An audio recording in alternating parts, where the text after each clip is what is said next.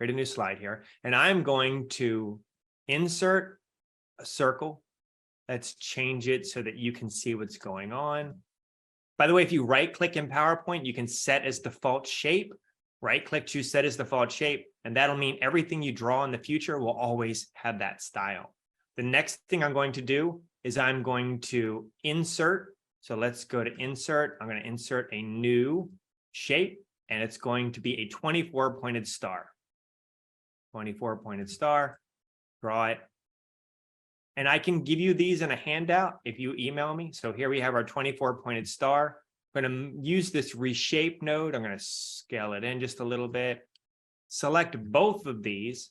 And under my shape or shape format tab, by the way, everything I'm sharing with you works on Windows, Mac, and most of it works online. The tools do. Merge shapes. I'm going to choose intersect. The next thing I'm going to do is I'm going to go to my insert tab, and I'm going to insert another circle. I'm going to center that circle by selecting both of these and choosing align, middle, align, center, and then I'm going to merge shapes, union.